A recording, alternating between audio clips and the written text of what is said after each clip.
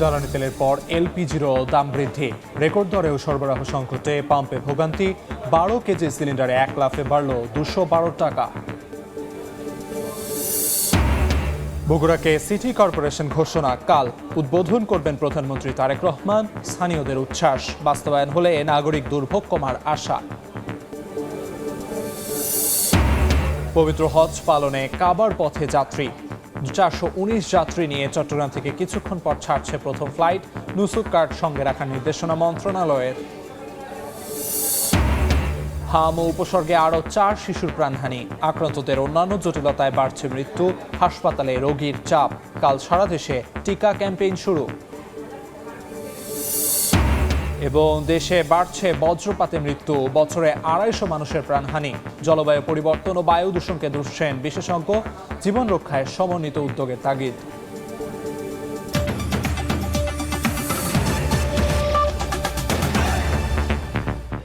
বাংলা সময়ের সঙ্গে আছি আমি আমিরুল ইসলাম আলিফ।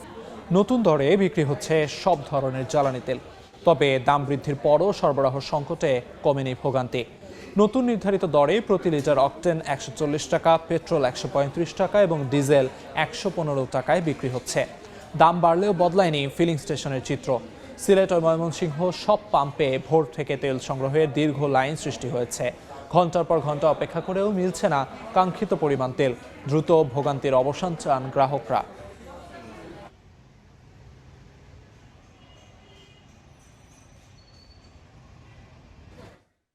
18 দিনের ব্যবধানে ভোক্তা পর্যায়ে আবারও বাড়ল এলপি গ্যাসের দাম।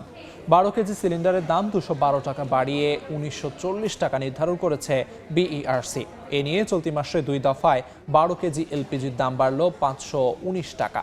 বিকেলে সংবাদ বিজ্ঞপ্তিতে বিইআরসি জানায়, এলপি গ্যাস আমদানিতে জাহাজ ভাড়া ও ডিজেলের দাম বৃদ্ধি বিবেচনায় রান্নাবান্নায় ব্যবহৃত এই জ্বালানির দাম বাড়ানো হয়েছে। পাশাপাশি যানবাহনে ব্যবহৃত অটো গ্যাসের দামও বেড়েছে লিটার প্রতি 9 টাকা 73 পয়সা। প্রতি মাসের শুরুতে এলপিজির দাম নির্ধারণ করা হলেও এবার মাসের মাঝপথেই আরেক দফা দাম বাড়ালো বিইআরসি।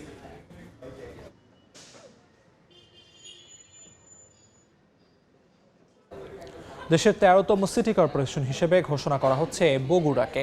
কাল প্রায় 150 বছরের পুরানো এই শহরকে সিটি কর্পোরেশন হিসেবে ঘোষণা করবেন প্রধানমন্ত্রী তারেক রহমান। তার সফর ঘিরে বগুড়ায় এখন উৎসবের আমেজ। আর প্রায় 2 দশক পর পৈতৃক ভিটায় যাচ্ছেন প্রধানমন্ত্রী। রাষ্ট্রীয় দায়িত্ব নেওয়ার পর সোমবার প্রথমবারের মতো নিজ জেলা বগুড়া সফর করছেন প্রধানমন্ত্রী তারেক রহমান। প্রায় 2 দশক পর পৈতৃক ভিটায় পা রাখতে যাচ্ছেন প্রধানমন্ত্রী। তার আগমন ঘিরে পুরো জেলায় এখন উৎসবের আমেজ। বগুড়া শহর নতুন সাজে সেজেছে প্রধানমন্ত্রী তারেক রহমানকে বরণ করে নিতে। জেলা জজ আদালত, পৌরসভা ভবন, বাইতুর রহমান সেন্ট্রাল মসজিদ ও প্রেস ক্লাবে লেগেছে নতুন রং। ঐতিহাসিক আলতাফুন্নেসা খেলার মাঠে লাখো মানুষের সমাবেশের জন্য সম্পন্ন হয়েছে বিশাল মঞ্চ নির্মাণের কাজ। শহীদ রাষ্ট্রপতি জিয়াউর রহমানের জন্মভিটা গাবতলীর বাগবাড়িতে নেওয়া হয়েছে ব্যাপক প্রস্তুতি। সোমবার বগুড়া জেলা জজ আদালতের নবনির্মিত ভবন উদ্বোধন এবং বগুড়াকে সিটি কর্পোরেশন ঘোষণা করবেন প্রধানমন্ত্রী। এরপর নিজের পৈতৃক ভিটা গাবতলীর বাগবাড়িতে যাবেন। সেখানে ফ্যামিলি কার্ড বিতরণ কার্যক্রম উদ্বোধন ও সুধী সমাবেশে বক্তব্য রাখবেন। পাশাপাশি চৌকিরদহ খাল খনন কাজেরও উদ্বোধন করবেন। বিকেলে শহরে ফিরে ঐতিহাসিক আলতাফুন্নেসা খেলার মাঠে জেলা বিএনপির আয়োজিত জনসভায় বক্তব্য দেবেন প্রধানমন্ত্রী। মাননীয় প্রধানমন্ত্রী অনেক দিন পরে তার নিজ বাসভবনে ফিরতেছে, এটা বগুড়াবাসীর জন্য অনেক একটা আকাঙ্ক্ষাজনক। 17 বছর পরে যে আমাদের দেশটা এসেছে, এটা খুব খুব ভালো। অনেক অনেক মানে সাহসী এবং ভদ্র, যা ভাষায় প্রকাশ করা যায় না। ওনার দ্বারা এদেশের মানুষের কল্যাণ হবে, দেশ ও জনগণের উন্নতি হবে, মানুষ গণতান্ত্রিক অধিকার ফিরে পাবে এবং মানুষ গণতান্ত্রিকভাবে তার বাক স্বাধীনতা প্রকাশ করতে পারবে। প্রধানমন্ত্রী আগমন ঘিরে বগুড়া জনসমুদ্রে পরিণত হবে বলে আশা বিএনপি নেতাদের। City corporation, Bogura press club, Bogura Baitur Rahman central মসজিদ, বগুড়া জাজ কোর্ট, আপনার খাল খনন, এই যে ব্যাপক একটা কর্মকাণ্ড, কর্মযজ্ঞ যিনি কালকে সারাদিন ব্যাপী যে প্রোগ্রাম রেখেছেন, তো এ থেকে তো আপনি বুঝতে পারছেন বগুড়া আর যে বন্ধ একটা দরজা ছিল, সে দরজাটা খুলে গেছে। রাজনৈতিক বৈষম্য দীর্ঘদিনের বঞ্চনা কাটিয়ে এই জনপদকে এগিয়ে নেওয়ার যে প্রতিশ্রুতি দিয়েছিলেন প্রধানমন্ত্রী, তার সফরে এরই প্রতিফলন ঘটবে বলে প্রত্যাশা বগুড়াবাসীর। আব্দুল আউয়াল, সময় সংবাদ, বগুড়া। এই মুহূর্তে বগুড়ার বাগবাড়িতে আছে সহকর্মী আব্দুল আওয়াল, সরাসরি যাচ্ছি তার কাছে। 2 দশক পর নিজ গ্রামের বাড়ি বগুড়া গাবতলীতে যাচ্ছেন প্রধানমন্ত্রী তারেক রহমান। এর পাশাপাশি কিন্তু বগুড়ায় শহরে এসে বগুড়া 150 বছরের যে পুরনো পৌরসভা তাকে কিন্তু সিটি কর্পোরেশনে তিনি ঘোষণা করছেন। অর্থাৎ নির্বাচনের আগে প্রধানমন্ত্রী তারেক রহমান বগুড়াবাসীর জন্য যে উন্নয়নের প্রতিশ্রুতি দিচ্ছেন তার সবটুকু বাস্তবায়ন করতেই কিন্তু আগামীকালকে বগুড়ায় আসছেন প্রধানমন্ত্রী তারেক রহমান। অর্থাৎ নিজ জেলা সফরের মধ্য দিয়ে বগুড়ার দীর্ঘ 2 দশকের যেই উন্নয়ন বঞ্চনার গল্প আছে সেই উন্নয়ন বঞ্চনার গল্পটুকু ঘুচিয়ে দিতে প্রধানমন্ত্রী আগামীকালকে বগুড়া সফর করছেন এবং বগুড়া সিটি কর্পোরেশন ঘোষণার পাশাপাশি বগুড়া শহরে জেলা জজ কোর্টে নবনির্মিত ভবন উদ্বোধন, সেখানে বেল বন্ডের উদ্বোধনের পাশাপাশি বগুড়ায় এই যেই শহরের আলতাপূর্ণেশা ওই মাঠ রয়েছে এখানে কিন্তু জেলা বিএনপি আয়োজিত সমাবেশে লাখো নেতাকর্মীর উদ্দেশ্যে কিন্তু প্রধানমন্ত্রী এবং বিএনপি চেয়ারম্যান নেতাকর্মীদের সঙ্গে কথা বলবেন। পাশাপাশি কিন্তু তিনি তার যে নিজ পৈতৃক ভিটা রয়েছে শহীদ রাষ্ট্রপতি জিয়াউর রহমানের জন্মভিটা বগুড়ার গাবতলীর বাগবাড়িতে, সেখানে চৌকিদ্দ খাল খনন, সেখানে তার গ্রামের 12 মৌজার বাসিন্দাদের মধ্যে ফ্যামিলি কার্ড বিতরণ, সুধী সমাবেশে বক্তব্যর পাশাপাশি কিন্তু আসলে সেখানে নানা ধরনের কার্যক্রমে তিনি অংশ নেবেন এবং ইতিমধ্যেই কিন্তু শহরের আলতাপূর্ণেসা খেলার মাঠে যেখানে সমাবেশস্থল সেখানে সাধারণ মানুষ এবং নেতাকর্মীরা কিন্তু উচ্ছ্বাস নিয়ে আসতে শুরু করেছেন এবং পুরো জেলা জুড়ে কিন্তু আসলে সাধারণ মানুষের মধ্যে প্রধানমন্ত্রীর আগমনকে ঘিরে ইতিমধ্যে উচ্ছ্বাস ছড়িয়ে পড়েছে। তো বগুড়া থেকে প্রধানমন্ত্রী তারেক রহমানের আগমনকে ঘিরে এই ছিল এখন পর্যন্ত আমার কাছে সর্বশেষ। বগুড়ার বাগবাড়ি থেকে সবশেষ খবরাখবর জানাচ্ছিলেন সহকর্মী আব্দুল আওয়াল। প্রথম দিনে চট্টগ্রাম শাহ আমানত বিমানবন্দর থেকে 419 জন যাত্রী সৌদি আরবের উদ্দেশ্যে যাত্রা করছেন। এবছর চট্টগ্রাম থেকে 16টি ফ্লাইটে 5675 জন যাত্রী হজে যাবেন। বিস্তারিত জানাতে এই মুহূর্তে শাহ আমানত বিমানবন্দরে আছেন রিপোর্টার শফিকুল আলম, সরাসরি যাচ্ছি তার কাছে। চট্টগ্রামের যে হজ ফ্লাইট আজকে প্রথম দিন শুরু হচ্ছে, এই মুহূর্তে কিন্তু হাজিরা একেবারে শেষ সময় এসে আর 15 মিনিট সময় আছে, তারা কিন্তু বিমানে উঠছেন এবং দীর্ঘ লাইন ধরে হাজিরা আল্লাহর রাস্তা এবং আল্লাহর সান্নিধ্য অর্জনের জন্য তারা যে উদ্দেশ্য নিয়ে যে যাত্রা শুরু করেছেন সেটি একেবারে শেষ পর্যায়ে আছে। এখন শুধু বিমানে ওঠার পালা, এখন বিমানে উঠবেন এবং তারা হজের জেদ্দার উদ্দেশ্যে বিমানটি ছেড়ে যাবে। এবং আমরা একটু দেখানোর চেষ্টা করি, পেছনে কিন্তু ভূমি প্রতিমন্ত্রী মীর মোহাম্মদ হেলাল উদ্দিন তিনি কিন্তু যে হাজিদেরকে বিভিন্ন ফুল সহ বিভিন্ন আতর সহ বিভিন্ন সামগ্রী দিয়ে কিন্তু তিনি তাদেরকে বরণ করে নিচ্ছেন। অর্থাৎ যে হাজিরা যাচ্ছেন তাদেরকে প্রতিজনকে একটা ফুল সহ বিভিন্ন আতর এবং বিভিন্ন যে প্রয়োজনীয় যে জিনিসপত্রগুলো হাজিদের সবচেয়ে বেশি প্রয়োজন হয়, সেখানে সৌদি আরবে গিয়ে যে জিনিসগুলো বেশি প্রয়োজন হয় সেই জিনিসগুলো কিন্তু হাজিদের হাতে কিন্তু মন্ত্রী মহোদয় তিনি তুলে দিচ্ছেন। আপনাকে জানিয়ে রাখি একেবারে শেষ মুহূর্তে আর 15 মিনিট পরে কিন্তু এই বাংলাদেশ বিমানের এই ফ্লাইটটি এখান থেকে উড্ডয়ন করবে এবং জেদ্দার উদ্দেশ্যে রওনা হবেন এবং সেখানে 419 জন হজ যাত্রী সেটা প্রথম ফ্লাইটে যাবেন এবং চট্টগ্রামে সর্বমোট প্রায় 16টি ফ্লাইটে 5675 জন যাত্রী কিন্তু চট্টগ্রাম থেকে যাবেন এবং সেখানে 12টি হচ্ছে জেদ্দার উদ্দেশ্যে এবং 4টি মদিনার উদ্দেশ্যে হজ যাবেন। এবং কিছুক্ষণ আগেও কিন্তু মন্ত্রী এবং এখানে হজ সংশ্লিষ্ট যারা রয়েছে বিএমআর কর্তৃপক্ষ তারা বলেছে কোনো অনাকাঙ্ক্ষিত কোনো ঘটনা ঘটবে না এবং হজের ফ্লাইট মিস হওয়া বা মধ্যপ্রাচ্যের যে যুদ্ধের যে কোনো ধরনের প্রভাব এখানে পড়বে না বলে তারা সেটি নিশ্চিত করেছেন। এই মুহূর্তে আমরা সেটি আসলে দেখতে পাচ্ছি যে মীর মোহাম্মদ হেলাল উদ্দিন তিনি যে আতরসহ বিভিন্ন যে সামগ্রী রয়েছে সেগুলো বিতরণ করছেন এবং বিমানে এই মুহূর্তে যাত্রীরা উঠছেন। তো সব কিছু মিলিয়ে যেটি বলা যায় আজকে যে চট্টগ্রাম থেকে যে হজের যে প্রথম যে ফ্লাইট সেটি কিন্তু এখন থেকে প্রায় 10 থেকে 15 মিনিট পর কিন্তু জেদ্দার উদ্দেশ্যে যাত্রা শুরু। তো এই ছিল আমার কাছে চট্টগ্রাম থেকে প্রথম হজ ফ্লাইটের সর্বশেষ তথ্য। চট্টগ্রামের শাহ আমানত বিমানবন্দর থেকে সবশেষ খবরাখবর জানাচ্ছিলেন সহকর্মী শফিকুল আলম। বেড়েই চলেছে হামের প্রকোপ, প্রতিদিনই হাসপাতালে ভর্তি হচ্ছে নতুন রোগী। সিলেট বিভাগে নতুন 44 জন রোগী সহ বর্তমানে বিভিন্ন হাসপাতালে মোট 153 জন ভর্তি আছেন। হবিগঞ্জে হাম রোগীর চাপে হাসপাতালে জায়গা সংকটে মেঝেতেই চলছে চিকিৎসা। পরিস্থিতি নিয়ন্ত্রণে জোরদার করা হয়েছে টিকাদান কর্মসূচি। এদিকে গেল 24 ঘন্টায় জামালপুর জেনারেল হাসপাতালে নতুন করে ভর্তি হয়েছে 2 জন শিশু। উপসর্গ নিয়ে চিকিৎসাধীন আছেন 23 জন। অসুস্থদের হাম আইসোলেশন কর্নার খুলে চিকিৎসা সেবা দিচ্ছে হাসপাতাল কর্তৃপক্ষ। সোমবার থেকে জেলার 2,15,000 শিশুকে দেয়া হবে হামের টিকা।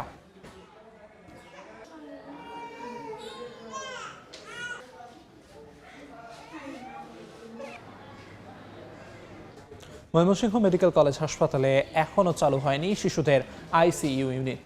এতে দীর্ঘ হচ্ছে মৃত্যুর তালিকা। হাসপাতালটির হাম আইসোলেশন ওয়ার্ডে গত 1 মাসে মৃত্যু হয়েছে 14 শিশুর। গুরুতর অবস্থায় চিকিৎসকরা বিকল্প হিসেবে ব্যবহার করছেন বাবল সিপ্যাপ পদ্ধতি। তবে বরাদ্দ পেলেই আলাদা আইসিইউ চালুর আশ্বাস কর্তৃপক্ষের।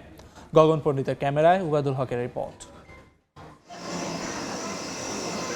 8 মাসের শিশুকে নিয়ে গত সপ্তাহে ফুলবাড়িয়া থেকে ময়মনসিংহ মেডিকেল কলেজ হাসপাতালে ছুটে আসেন মা ফেরদৌসী। হামের উপসর্গ থাকায় ভর্তি করা হয় আইসোলেশন ওয়ার্ডে। শারীরিক অবস্থা গুরুতর হওয়ায় শিশুটির প্রয়োজন হয় আইসিইউ সাপোর্টের, কিন্তু হাসপাতালে শিশুদের জন্য নেই আইসিইউ। এমন অবস্থায় অনেক শিশুর আইসিইউ প্রয়োজন হলেও মিলছে না সুবিধা। এতে কারোর মৃত্যু হচ্ছে, অনেকের বাড়ছে মৃত্যু ঝুঁকি। সংকটাপন্ন অবস্থায় কাউকে আবার ঢাকায় রেফার করা হচ্ছে। এতে আতঙ্ক আর ভোগান্তিতে রোগী ও অভিভাবকরা। আইসিইউটা দরকার, অনেক বাচ্চা এরকম হইতেছে। আইসিইউ না থাকার কারণে সিপ্যাপ দিয়ে বোতল দিয়ে আইসিইউ অক্সিজেন বানায় ওটা দিতেছে। ডাক্তারে বারে বারে কইতেছে যে ঢাকা নিয়ে যান গিয়া। ময়মনসিংহ মেডিকেলের হাম আইসোলেশন ওয়ার্ডে উপসর্গ নিয়ে রোগীর সংখ্যা বাড়ছেই। কর্তৃপক্ষ বলছে হাসপাতালটিতে শিশুদের জন্য আইসিইউ ওয়ার্ড প্রস্তুত থাকলেও প্রয়োজনীয় যন্ত্রপাতি ও জনবলের কারণে সেটি চালু করা হয়নি। গুরুতর অবস্থায় আইসিইউ প্রয়োজন হলে বিকল্প হিসেবে বাবল সিপ্যাপ পদ্ধতি ব্যবহারের কথা জানান চিকিৎসকরা। যাদেরকে আইসিইউ প্রয়োজন হচ্ছে তাদেরকে আমরা বাবল সিপ্যাপটা দিচ্ছি। কিছু কিছু বাচ্চা ক্রিটিক্যাল আছে যাদের আইসিইউ প্রয়োজন, তো আপাতত আমরা বাবল সিপ্যাপ দিয়েই চিকিৎসা চলমান আছে। তবে প্রয়োজনীয় জনবল ও যন্ত্রপাতির পাশাপাশি বরাদ্দ পেলে শিগগিরই শিশুদের আইসিইউ সেবা চালু করা যাবে বলছে কর্তৃপক্ষ। পেডিয়াট্রিক আইসিইউ এটার অবশ্যই প্রয়োজন। অক্সিজেন ইমার্জেন্সিটা আমরা বাবল সিপ্যাপ দিয়ে আপাতত চালিয়ে যাচ্ছি। আমরা লজিস্টিক বা মূল্যকবলের সাপোর্ট পাই, তাহলে অচিরেই আমরা ওটা চালু করতে পারবো, এবং সেটা যদি চালু করতে পারি তাহলে অত্র এলাকার যে শিশু রোগী তাদের যে আইসিইউ সাপোর্টটা সেটা আমরা পুরোদমে দিতে পারবো। গত 1 মাসে ময়মনসিংহ মেডিকেলের হাম আইসোলেশন ওয়ার্ডে চিকিৎসা নিয়েছে 577 জন রোগী, আর মৃত্যু হয়েছে 14 শিশুর। উবায়দুল হক, সময় সংবাদ, ময়মনসিংহ। দেশে বজ্রপাতে মৃত্যুর সংখ্যা বাড়ছে। সরকারি হিসেবে গত 11 বছরে বজ্রপাতে প্রায় 2800 জনের প্রাণহানি হয়েছে। এজন্য জলবায়ু পরিবর্তন ও বায়ু দূষণ দায়ী বলে মনে করছেন বিশেষজ্ঞরা। পাশাপাশি জীবন রক্ষায় সমন্বিত উদ্যোগ নেওয়া প্রয়োজন বলে মনে করছেন সংশ্লিষ্টরা। নওশাদ আহমদ চৌধুরীর ছবিতে ইকরামুল কবিরের রিপোর্ট।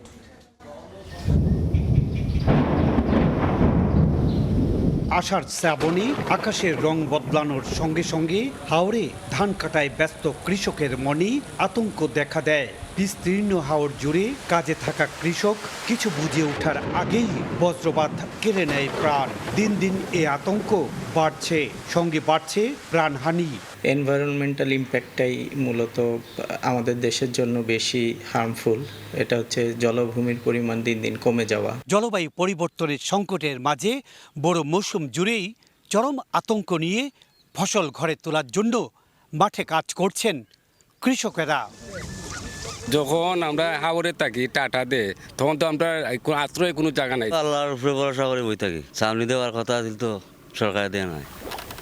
2016 সালে সরকার বজ্রপাতকে প্রাকৃতিক দুর্যোগ ঘোষণা করলেও সমাধানে নেই কোনো উদ্যোগ। হাওর এলাকায় বসানো হয়নি কোনো ছাউনি। সরকারকে আমরা অনুরোধ করেছি যে এই ধরনের অ্যাক্টিভিটিসে যাতে প্রকল্পে আমাদের বরাদ্দ রাখে। খালি চোখে পশ্চিম আকাশে মেঘের রং কালো দেখলেই তাকে নিরাপদ আশ্রয়ে থাকতে হবে। এই দুর্যোগ থেকে রক্ষা পেতে প্রযুক্তি নির্ভরতার কথা জানান এই বিশেষজ্ঞ। বজ্রপাত নিরোধক যে যন্ত্র আছে যেটা বজ্রপাতকে ডাইভার্ট করে দেয়, সেইটা যদি স্থাপন করতে পারি তাহলে এটা প্রিভেন্ট করা সম্ভব। দেশে প্রায় প্রতি বছর বজ্রপাতে সবচেয়ে বেশি প্রাণহানি হয় সুনামগঞ্জ, হবিগঞ্জ, কিশোরগঞ্জ ও নেত্রকোনার হাওর অঞ্চলে। ইকরামুল কবির, সময় সংবাদ, সিলেট। দেশের স্বার্থ অক্ষুণ্ণ রেখে ডিপি ওয়ার্ল্ডের সঙ্গে নিউ মারিন কন্টেইনার টার্মিনাল চুক্তির প্রস্তাব বিবেচনা করবে সরকার, এমনটাই জানিয়েছে নৌ পরিবহন মন্ত্রী।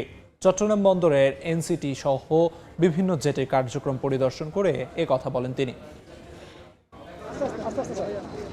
চট্টগ্রাম বন্দরের এনসিটি সহ বিভিন্ন জেটির অপারেশনাল কার্যক্রম ঘুরে দেখেন সরকারের দুই মন্ত্রী।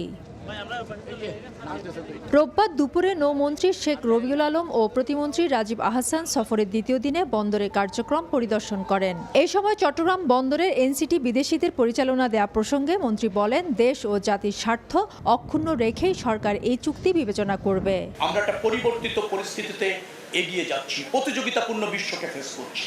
আমাদের সম্ভাবনাগুলিকে যদি কাজে লাগাতে চাই, ডেফিনেটলি অন্যদেরকেও যারা বিনিয়োগ করবে তাদের কিছু রাইট রয়েছে।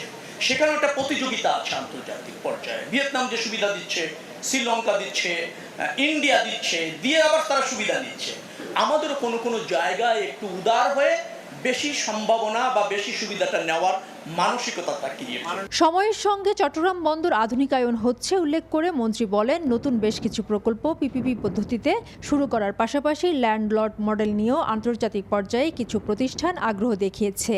এতে কন্টেনার টার্মিনালগুলোর আরও দক্ষভাবে পরিচালনা করা সম্ভব হবে বলেও জানান তিনি। যে চট্টগ্রাম পোর্ট সময়ের সাথে যেভাবে বিকশিত হওয়ার প্রয়োজন ছিল, সক্ষমতা অর্জন করার প্রয়োজন ছিল, সেটা করেছে। আবার আরও বেশি করার সুযোগও আছে যদি আমরা একটু সমন্বিতভাবে ফাংশন করতে পারি। এছাড়া বিগত দিনে এই মন্ত্রণালয়ের বিভিন্ন প্রকল্প নিয়ে হওয়া অনিয়ম দুর্নীতিও খতিয়ে দেখা হবে বলে জানান নৌমন্ত্রী। ফেরদৌস লিপি, সময় সংবাদ, চট্টগ্রাম। বাংলা সময় আরও থাকছে। চোর সন্দেহে লাঠি পেটা বৈদ্যুতিক শক। পিরোজপুরে কেয়ারটেকারকে বর্বর নির্যাতনের অভিযোগ, পুলিশ কর্মকর্তার বিরুদ্ধে অভিযুক্ত সহ 2 জনকে বদলি, তদন্ত কমিটি গঠন। ধান কাটা নিয়ে দ্বন্দ্বে সুনামগঞ্জে দুপক্ষের সংঘর্ষে 5 জন আহত হয়েছেন। অন্যদিকে হবিগঞ্জে জমি নিয়ে বিরোধে দুপক্ষের সংঘর্ষে প্রাণ গেছে কলেজ ছাত্রের। সুনামগঞ্জের দোয়ারা বাজারের কৃষ্ণনগর গ্রামে জমি নিয়ে দ্বন্দ্ব চলছিল আব্দুল বাড়ি ও আব্দুল কাশেমের মধ্যে। দুপুরে ওই জমিতে ধান কাটা নিয়ে দুপক্ষের মধ্যে সংঘর্ষ হয়, এতে উভয় পক্ষের 5 জন আহত হন। এদিকে হবিগঞ্জের নবীগঞ্জে সরকারি জমি দীর্ঘদিন ধরে খলিলুর রহমান দখল করেছিল। এ নিয়ে হেলাল মিয়ার সঙ্গে তার বিরোধ চলছিল।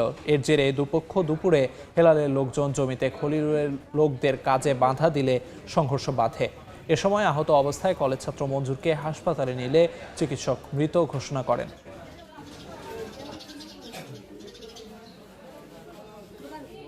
ফরিদপুরে ট্রাক চাপায় কলেজ ছাত্রী নিহত হয়েছেন, আহত হয়েছেন 1 জন।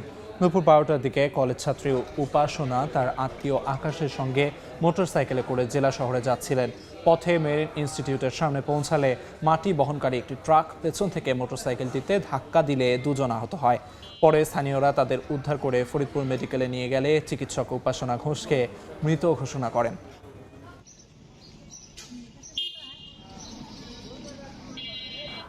ঝিনাইদহে বিদ্যুৎস্পৃষ্ট হয়ে রং মিস্ত্রির মৃত্যু হয়েছে। সকালে জেলা শহরের পোস্ট অফিস মোড়ে নির্মাণাধীন একটি ভবনে রঙের কাজ করছিলেন তৈয়ব আলী। এ সময় বিদ্যুতের তারে স্পর্শ লাগলে নিচে পড়ে যান তিনি। পরে স্থানীয়রা উদ্ধার করে সদর হাসপাতালে নিলে চিকিৎসক তাকে মৃত ঘোষণা করেন। নারায়ণগঞ্জের শীতলক্ষা নদী থেকে অজ্ঞাত ব্যক্তির মরদেহ উদ্ধার করা হয়েছে।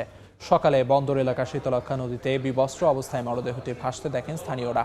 খবর পেয়ে পুলিশ গিয়ে মরদেহ উদ্ধার করে সদর হাসপাতালের মর্গে পাঠায়, কিন্তু তাৎক্ষণিক নিহতের পরিচয় পাওয়া যায়নি। পরিচয় শনাক্ত ও মৃত্যুর কারণ জানতে তদন্ত চলছে বলে জানিয়েছে পুলিশ। পুলিশের টাকা চুরি সন্দেহে প্রথমে লাঠিপেটা, পরে বৈদ্যুতিক শক, সবশেষে জ্বলন্ত মোমে যুবককে ঝলসে দেওয়ার অভিযোগ উঠেছে। পিরোজপুর জেলা পুলিশের অফিসার মেসে এমন নির্যাতনের শিকার হন মেসের অস্থায়ী কেয়ারটেকার ইউনুস। ঘটনা তদন্তে কমিটি গঠন এবং ডিবির ওসি সহ 2 জনকে পুলিশ লাইন্সে সংযুক্ত করা হয়েছে। জিয়াউল হককে সঙ্গে নিয়ে সুমন হাসানের ক্যামেরায় বিস্তারিত অপূর্ব রিপোর্টে।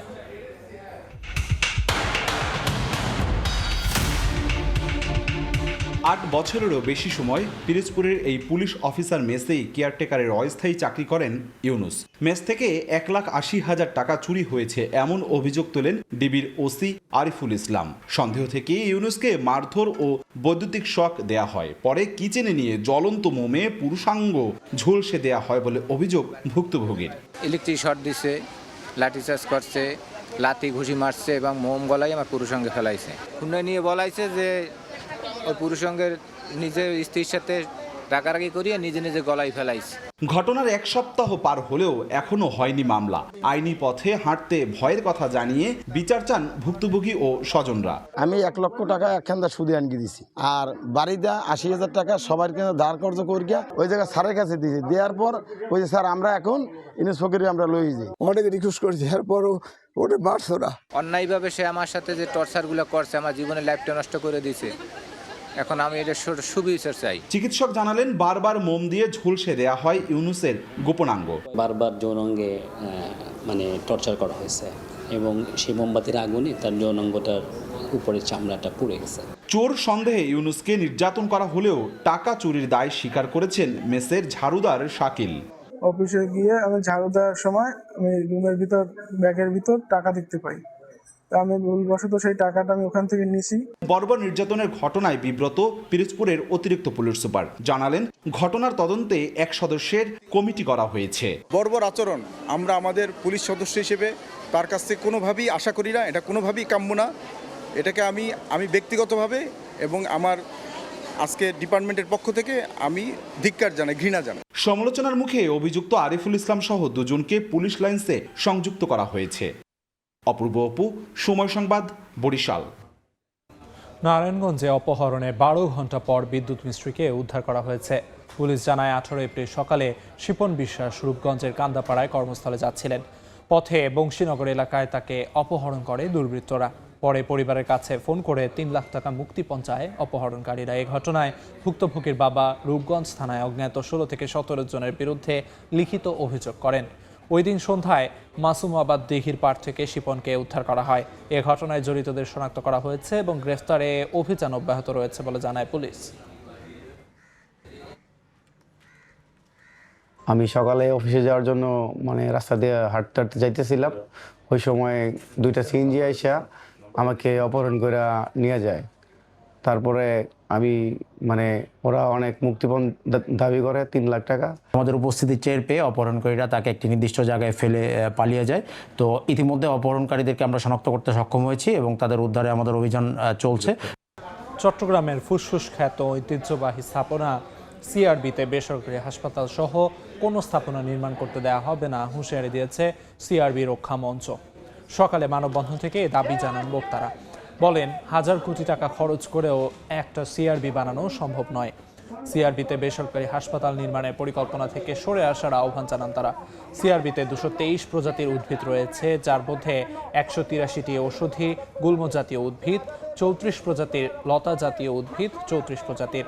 এছাড়া এখানে বিপন্ন প্রজাতির উদ্ভিদ 9টি ও 88টি বৃক্ষ রয়েছে। শতবর্ষী গর্জন ও শিরীষ গাছের সমারোহ থাকায় একে নগরের ফুসফুস বলা হয়।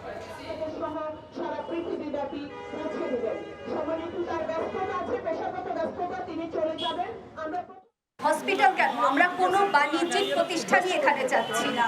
এটা একটা ঐতিহ্যের জায়গা, সমস্ত সামাজিক কার্যক্রমের জায়গা। এখানে কোনো যুক্তির দরকার নাই। এটা হবে না, হতে পারে না, হতে দেয়া হবে না। যদি এইখানে কোনো মুনাফাখোর কোনো স্থাপনার জন্য হাত দেয়, সেই হাত ভেঙে দেওয়া হবে।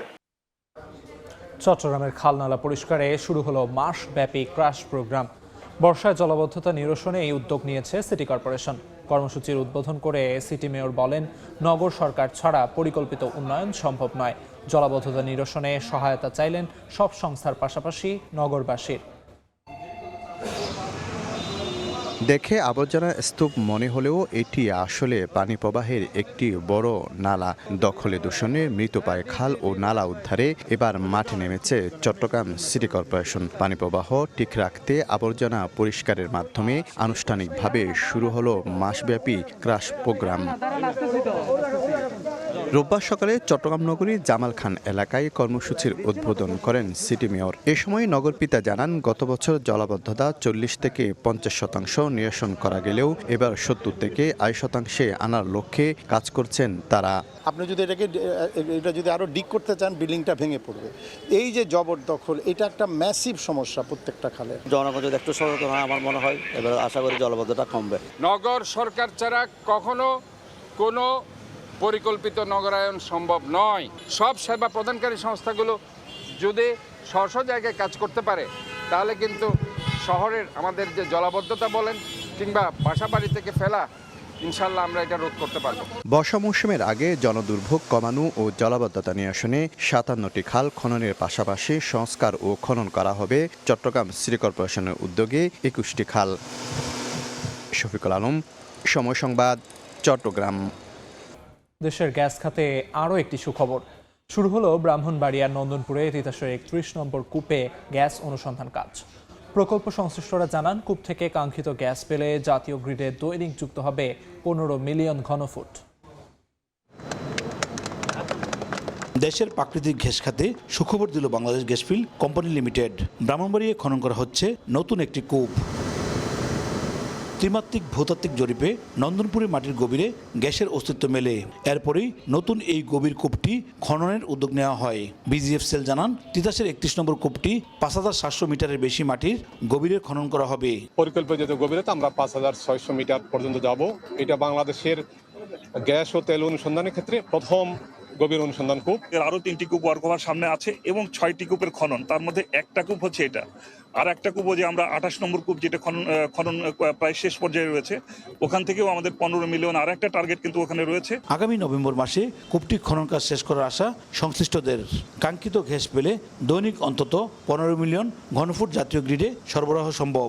এই কূপটির খনন টাইম 210 দিন ধরা আছে, বাট এটা আগেও হতে পারে অথবা এটা কূপের খনন কার্যের উপরে নির্ভর করে হয়তো কিছুটা কম বেশি হতে পারে। বৈজ্ঞানিক তথ্য এবং ভিত্তির উপর ভিত্তি করে আমরা এই কূপটা খনন করতে চাচ্ছি। তাতে আমরা আশাবাদী যে আমরা এখানে কিছু, আল্লাহ যদি আমাদের সহায় হন, আমরা কিছু পাবো। আগামী 6 মাসের মধ্যে তারা 5600 প্লাস মাইনাস 100 মিটার গভীরতা পর্যন্ত খনন করে শেষ করবে এবং এটা যদি সফলভাবে সমাপ্ত করা হয় তাহলে দৈনিক 15 মিলিয়ন ঘনফুট গ্যাস আমরা জাতীয় গ্রিডে সংযুক্ত করতে পারবো বলে আশা করছি।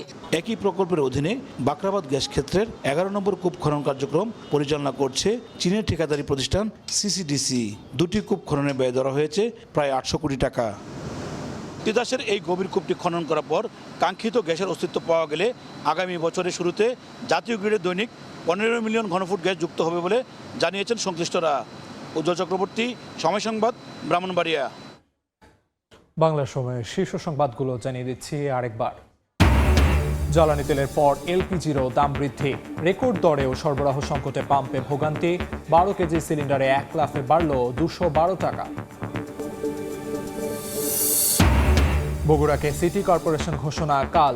উদ্বোধন করবেন প্রধানমন্ত্রী তারেক রহমান। স্থানীয়দের উচ্ছ্বাস, বাস্তবায়ন হলে নাগরিক দুর্ভোগ কমার আশা। এবং পবিত্র হজ পালনে কাবার পথে যাত্রা। 419 যাত্রী নিয়ে চট্টগ্রাম থেকে কিছুক্ষণ পর ছাড়ছে প্রথম ফ্লাইট। নুসুক কার্ড সঙ্গে রাখার নির্দেশনা মন্ত্রণালয়ের।